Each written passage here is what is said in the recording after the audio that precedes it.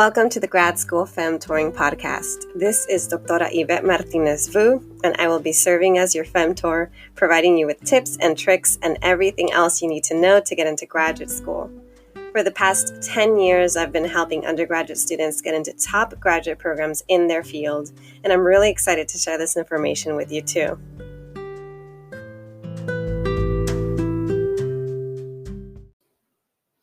Hello everyone. Today I figured I would record a bonus episode. I know that right now I've transitioned to recording episodes and publishing them every 2 weeks. But something came up within the last week that I thought would be helpful for you to hear earlier rather than later. And it's related to addressing a gap in your application. So if you feel like maybe there's a gap with regard to your GPA, maybe you have a low GPA, maybe you have low GRE scores, maybe there's literally a gap in your transcript when a time that you had to take a leave of absence. What do you do when there's a glaring gap on your application? How do you address that in your apps? So that's what I'm going to talk about. I'm not going to take too long because this is a bonus episode. So I don't plan to expand that much on it, but I do want to give you some ideas of like how you can address that in your app.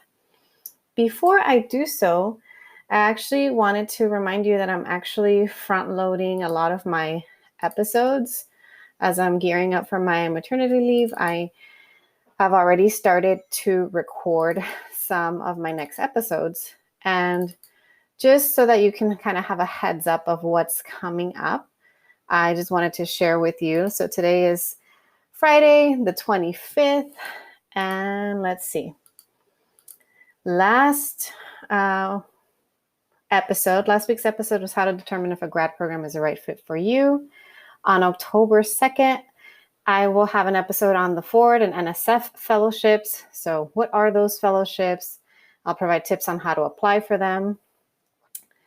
I also have recorded an episode on motivating yourself to write a statement of purpose. So how do you sustain your momentum and your motivation?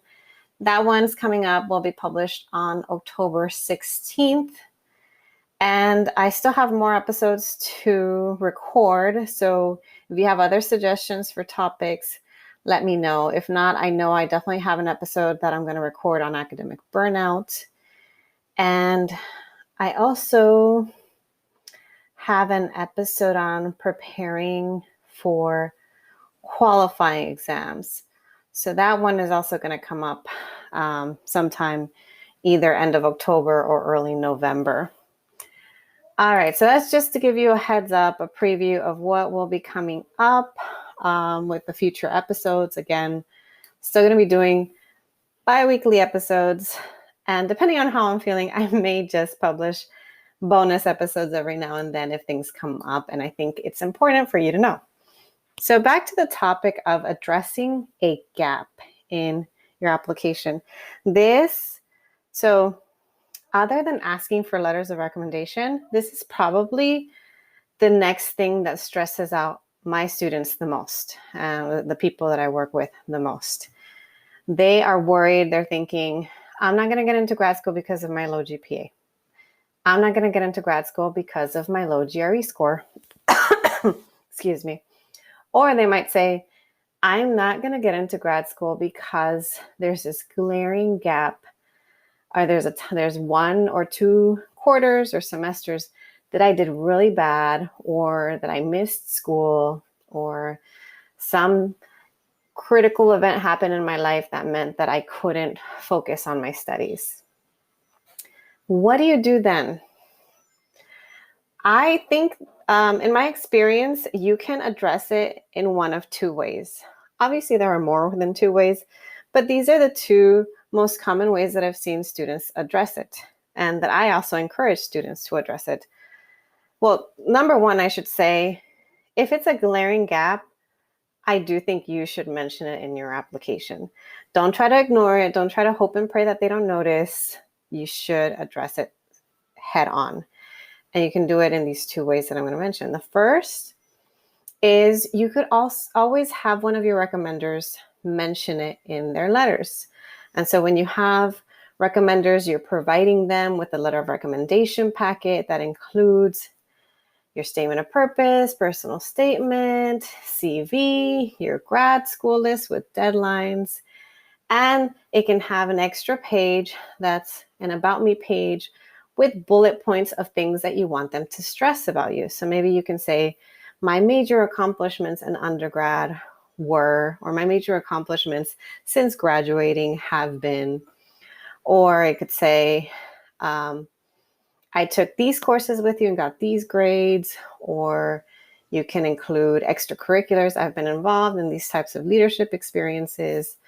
And you can also include a bullet point there saying, I took a leave of absence during this term. At the time, I was really struggling with my mental health. And so I took a quarter off to prioritize my health. And then I came back and I have since been doing much better. I have been proactive about maintaining my mental health or whatever it is. That's one example. Or it could be like during spring 2019, I had a bicycle accident that led to a concussion. That meant that I had to take a term off from school. After undergoing therapy and healing, I was able to return back to school and continue on with my studies and research the following term or the following quarter or semester. So you can say those things. It's up to you how much detail or how comfortable you feel with sharing what were the circumstances behind the reasons why you got the bad grades that quarter, or why you took a quarter or a term or semester off. Up to you how much detail, but you can always have a recommender write about it. That way you don't have to write about it. So that's option one.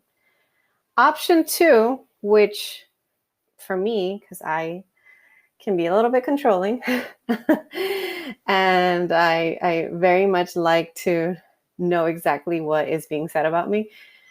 I prefer the second option where you write about it yourself in one of your essays. And I prefer that you write about it in your personal statement because, of course, it has the word personal in it. Statement of purpose should be reserved mostly for your research and other accomplishments. So in the personal statement, you can include a short paragraph where you address what was going on head on. The question that I get a lot is, okay, so now I know that I have to write about it, or that I should write about it in my personal statement, but how do I explain it? What language do I use? And I can understand this because as a first-gen student, I always wanted samples. I always wanted to see, how do people actually word this? Because I know what to do, but I'm stuck because I don't know what words to say to not make myself look bad. And so I'll give you an example. So let's say it's your GRE, which I don't think that's going to be the case this year because so many schools are making the GRE optional this year or not looking at the GRE at all. But anyway, if you're in a field like econ or physics where they still care about your GRE score, you need to address it. Also, how do you know if they care about your GRE score? They will have a minimum score listed on their website. And when in doubt, you can contact the graduate advisor of whatever department you're applying to grad school for and ask them if they're still requiring the GRE or if they're still considering the GRE when they're evaluating current applicants. They'll let you know. Okay, so GRE. You can say something along the lines of, I don't know, I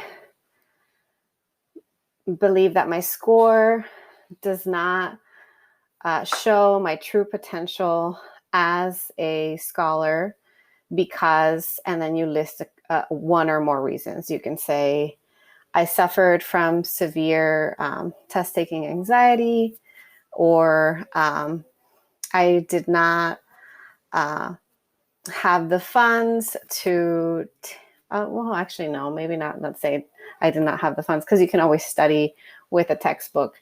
But you can say, as a first generation student, test taking has been a struggle for me. And you can also say, what you really want to say is that there are other things that are better indicators of the kind of work that you will be doing in graduate school. So you feel that your GRE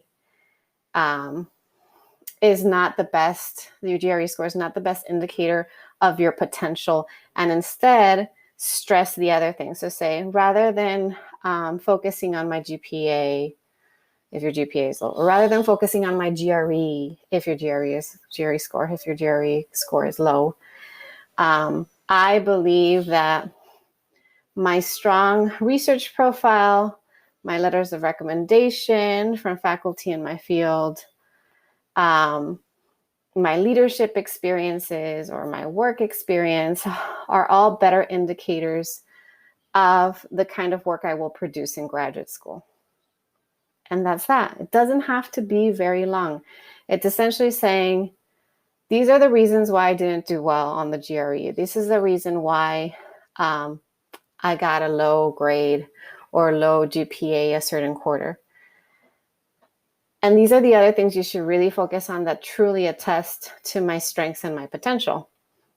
So if it's the GRE, you can say, maybe English is not your first language. Maybe you suffer from text anxiety. Maybe you're a first-gen student and didn't have access to the best resources to prepare. Or if it's GPA or taking a leave of absence, up to you the level of detail you want to share.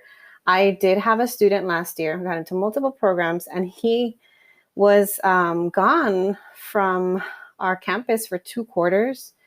And this was because he suffered multiple losses. He suffered the loss of a friend. And I know he's been very, very open about this, of a close friend who died by suicide. And he suffered the loss of an immediate family member all around the same time. And so to prioritize his mental health, he took 2 quarters off. And he wrote about it in his statement. And not in a way to make others feel bad, but more in a matter of fact of, these are the circumstances that I was faced with. And to prioritize myself and my health, I took this time off and I came back even stronger. And it's true, because when he did come back, his research actually did get better. His GPA, if I remember correctly, got better. And so it made sense when you looked at the transcripts. You see the gap, and then you see all the other things that he accomplished when he came back. It made sense what he was writing about. So up to you how much detail. Sometimes things happen in our lives that we don't feel comfortable sharing. So that I cannot give you advice on how much detail is okay. In general, it's how much detail you're okay with sharing. And some people are more open books than others. I always try to lend on the side of sharing more, but when you do share about personal circumstances, you want to make sure that you make it clear to your reader that whatever it is that you were going through, that you either overcame that or you're actively working on overcoming it. So if you're struggling with a mental health disorder, if you're struggling with a physical health issue, like, in what ways have you been proactive about working on those things, so that you don't have to keep taking multiple leaves of absence in graduate school, so that you don't end up having GPA issues in graduate school, so that, it doesn't become something that they're worried about that will be a trend or a habit that comes up when they admit you. I hope that makes sense. Let me see. Anything else I want to say about addressing a gap? Either have someone address, one of your 3 recommenders can write about it in their recommendation letter. You can write about it in your personal statement. Sometimes some application portals actually have a section that says, is there anything else you would like the committee to know about you as an applicant, or something along those lines. And if that's the case, then you write about it there. again, short paragraph, doesn't have to be very, very long. It can literally be 3 lines, 1 line about what is the gap, 2, why the gap exists, and like what you've done to address it. And then 3, the other parts of your profile, the other parts of your application that do show your strengths and that do show your potential. All right. I think that is all I want to say about that. I hope that helps. Having that language is I know key. So knowing that, saying that these other experiences are better indicators of the kind of work you will produce in graduate school. Saying that maybe your GPA or your GRE score does not reflect your true potential, that can help. And that's that. All right. Good luck drafting your statements. I know some of you actually participated in my giveaway. If you follow me on IG, you'll know that I had a giveaway where I gave out pre-writing and free writing handouts for each of the 3 essays you may have to write for grad school: the personal statement, the diversity statement, and the statement of purpose. So I hope you found that helpful as you start drafting your essays, and hopefully this part too will help you, so that way you know what else to include in your personal statement if you do have a gap to address. Have a good rest of the day, and thanks for tuning in.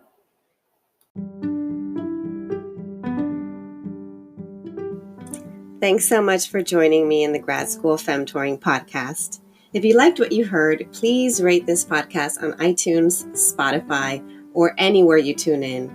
You can also support the podcast by donating to my Patreon page, Anchor page, or Venmo account, which is at Grad School Femtoring.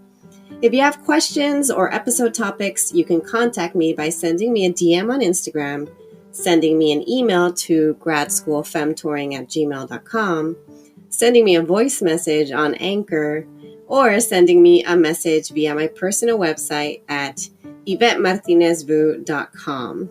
Until next time.